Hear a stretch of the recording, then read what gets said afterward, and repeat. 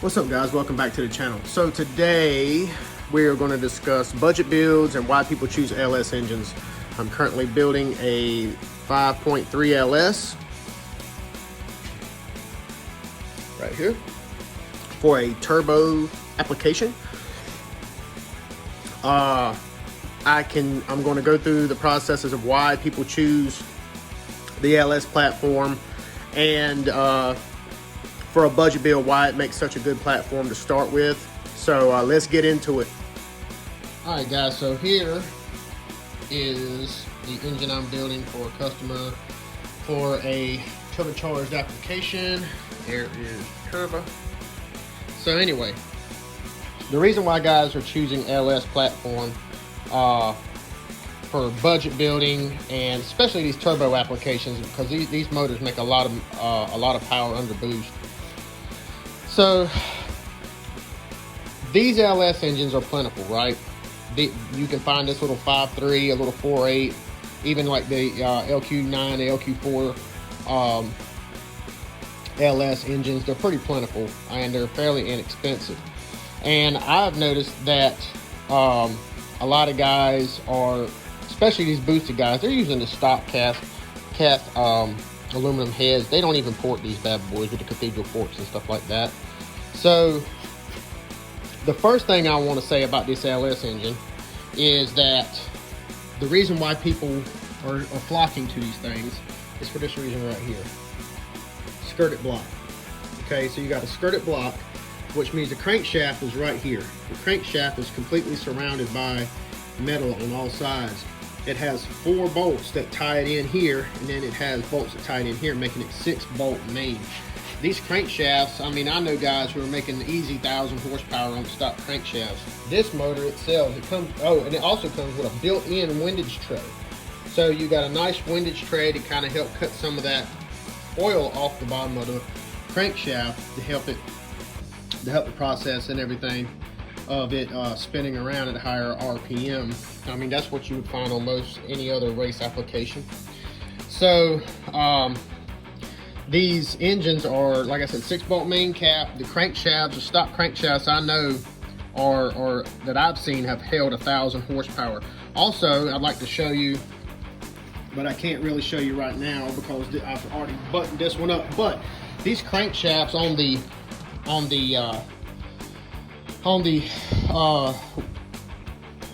counterweights themselves, they're rounded. So you would find that on a crankshaft that is aftermarket. So what I mean by that is most crankshafts have a 90-degree or they're flat on the face, but just because that's how they're cast. But these LS engines are rounded, so that helps it cut through the oil, helps disperse the oil better, helps keep oil off the crankshaft, and it makes for a better crank altogether. That's what you find in the aftermarket race crankshaft that you're getting on these factory LS cranks. The camshafts, I've got this one here's got a BTR Brian Tooley Racing Stage 3 turbo cam in it. The camshafts are hydraulic roller, and you can spin these motors 7,000 plus RPM on a hydraulic roller setup. So that's pretty cool that you don't have all that wild maintenance going on. The one thing I will say about these LS motors, this one here we're going to try to make 1,000 horsepower with, is this engine itself is a piston and rod motor, so it's got a set of forged pistons, H-beam pistons. It's got a set of forged rods, H-beam rods, and a set of forged pistons. Now, what's the beauty of it is that this rod and piston motor, I think I've got $2,100 in the machine work, the rods, the pistons, the balancing of the crank, everything. So with that being said, I'll show you the number on the camshaft so you guys can know what. There's the camshaft number. You can look it up yourself if you're curious on what cam we're running in this motor. But so yeah. And these are the stock these are stock 799 heads. They are as cast. I had to do no porting on them, and they flow pretty good. These push rods, these are chromoly push rods, and what the beauty of these are is that these and the lifter pack, so you got the lifter bank and the little trays and all that stuff comes, I think I've got $160 just in the rods and in the lifters themselves, so that was really cheap. These are the Beehive valve springs, set up for 625 lift. So, you know, I mean, these are easily attainable, and the height of the spring isn't really as profound as it is on, like, say, a small block Ford, small block Chevrolet. Now, where this thing shares more of a design with a small block Ford is it has 10 big head bolts here, all along here. It's got these little head bolts up here that hold it in place. But the reason why these guys are doing, like, the budget builds for these engines is because these stock heads come on a stock motor, and a lot of times they flow enough to make plenty of power, especially in a boosted application. But this little motor here, I would have no reservations from hitting it with a 350 shot of nitrous.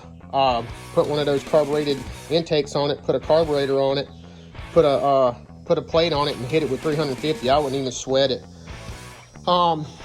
It's got a really nice roller chain setup from the factory. That is pretty good.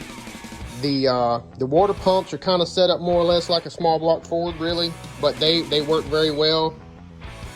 The valleys are encased here, so all this stuff's encased, so there's no chance of really anything from top coming down and destroying your bending your push rods or anything in here. So that's a real nice. The block has a lot of meat.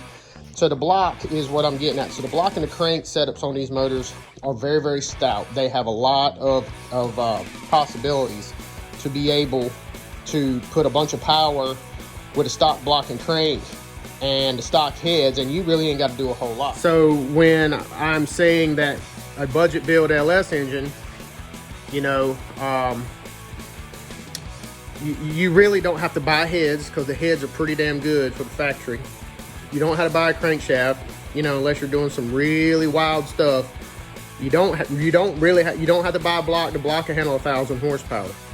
Now, I put pistons and rods in this motor, but I know guys that run Gen 4 Chevrolet rods, the crack rods, and they'll run a stock piston. They'll just widen the ring gaps and put boost to it and let it eat. I built this engine because I want it to live at 20 pounds of boost, 30 pounds of boost. So I went ahead and put a piston and rod in this for the customer, and so he can assure himself that the engine will live as long as the tune-up's right. So the intake systems on these things are pretty easy. I mean, you can put an LS3 intake on it. I think we're looking at like a $550 sheet metal fabricated intake with a 102 throttle body for $550. All you got to do then is buy your injectors, put your injector rails and stuff on it, and then you know, it already comes with a 102 throttle body. So, you know, and the Terminator X systems for these things are like $1,000, $1,200. So and the Terminator X already has data logging. It's got boost control. It's got step retards for nitrous. I mean, it's got all the bells and whistles. So this LS engine, really, for about $6,000, $5,000, you can build a pretty damn stout piece. And it's really hard to justify spending $5,000 or $6,000 in a motor. But when you're talking about 1,000, 1,200 horsepower, you know, that's cheap. That's cheap for that kind of power. I mean, I've built nitrous engines, especially small block Fords and Chevrolets, that are $10,000, $12,000 that make that power.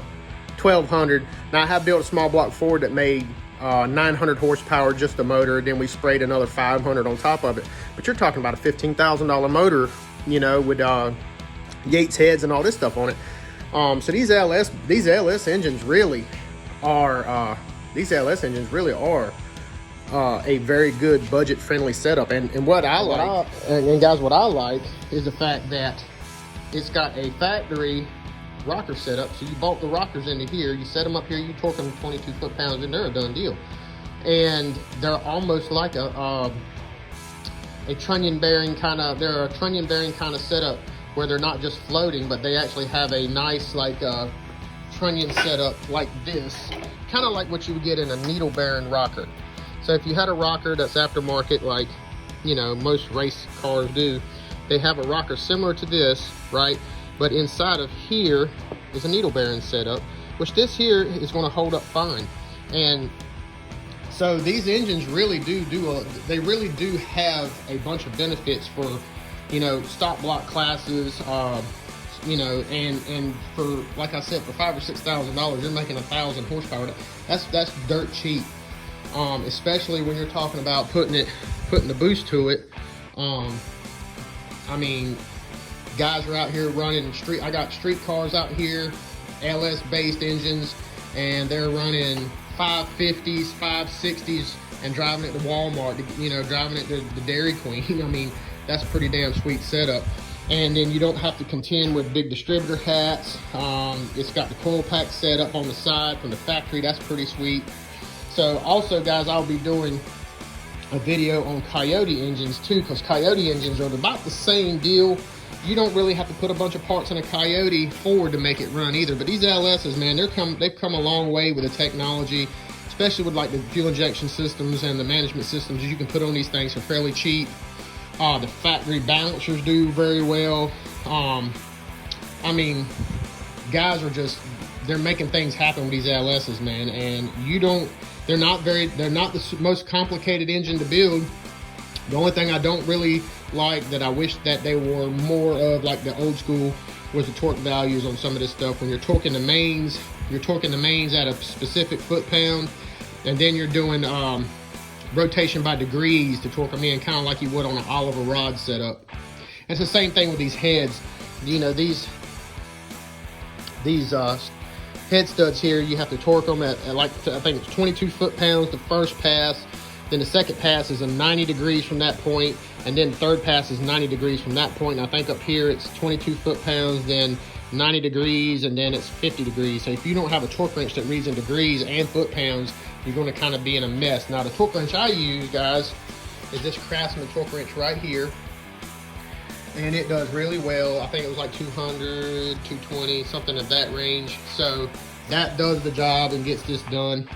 Factory water pumps usually do very well, unless you're going to run methanol, which you don't need that crap. Then you can just do block off plates. But this is going to actually be an E85 motor or an E98 motor.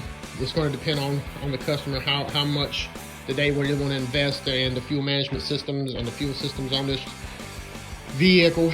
But this engine will absolutely be a street engine that will be capable of 1,000 horsepower, you know, and that's pretty good, guys. I mean, traditional small block Chevrolets, you're not going to get an engine to get 1,000 horsepower, even boosting it. You know, even boosting it, you're going to have you need to buy a block. You know, you need to put a dart block in it. You need to put a forged crank in it. You need to put a good rod, a good piston combo. Now, those are cheaper than an LS combo of the same, you know, if you buy an LS block, an LS crank, an LS set of rods and pistons, if you're really going to do some outrageous 118 millimeter turbo kind of stuff, then yes. But for this little 78 mil that's going to go on this motor, this thing here is going to be an absolute monster. This motor right here will make as much as my 496. Now, that's a pump gas engine, 93 pump gas engine. It'll make like 600 horsepower, right? Maybe. It's got a street cam in it, but you know, it's a lot smaller engine, and Chevrolet really did a good job. I mean, it's got a lot of similarities with a small block Ford, probably more than it does with a traditional small block Chevrolet. But the head gaskets, guys, I mean, the head gaskets is what got me. So this head gasket is an Athena head gasket. It's rated, I think, at 40 pounds of boost or something, but it's got an aluminum ring that goes in between the cylinder, or on top of the cylinder, in between the head gasket here. So this head gasket sits down, and you insert a metal ring around, and then you seal it down. I mean, the technology for that is absolutely crazy. It kind of eliminates the deal for having to have a copper head gasket, because the copper head gasket is kind of a pain in the ass to deal with, because you have to install the copper head gasket, fire the engine, get it up to temperature, let it run for a second, cool it down, and then take the head back apart and re-torque all the bolts, because the gasket is going to flex and stretch as the heat comes, and then you got to re-torque it back down. So that's kind of a pain in the ass, and that's what Chevrolet guys kind of have to deal with when they're messing with a small block Chevrolet or a small block Ford or a big block Ford or anything that takes a real boosted application from the older generation of engine.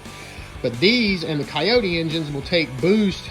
You can put a stock head gasket set on it, and this thing will take the boost And you know, I mean, I know guys that pop head gaskets quite often because they use the stock head gaskets and they refuse to buy a good head gasket out the gate. But the thing is that these engines are capable, man. I mean, these heads, I mean, it's a 15-degree valve angle, which is automatically an advantage for flow. And then the cathedral port design is actually pretty good design. And as you're cramming boost into this thing, man, these heads will just keep right on flowing, and they'll make plenty of power. I mean, especially if you put it in a lighter vehicle, say like a S10 or a Mustang, Fox Body Mustang. I know this is a big thing around here to swap out your Fox Body Mustang with an LS because the power potential is there, the weight savings is there, the compactness of the engine and all that stuff, and plus the power potential. A lot of guys around here are taking Fox Body Mustangs, putting these in Power Glides and big turbos on them, and they're running bottom fives. So, I mean, guys, the proof's in the pudding. But this is why this is a good budget build engine. The 5.3 and the 4.8 are very good, and the parts are fairly cheap nowadays. Like I said, these chromoly push rods and the lifter pack, I think, were $160, and everything else in the engine, it was like $2,100, $2,200. I mean, that's pretty damn cheap for what you got here, and this thing's going to make tons of power. So guys, anyway, like, comment, subscribe. I mean, if you're an LS fan, leave a comment, let me know what's going on, and we'll do one on the Coyote motor here pretty soon. Have a good one.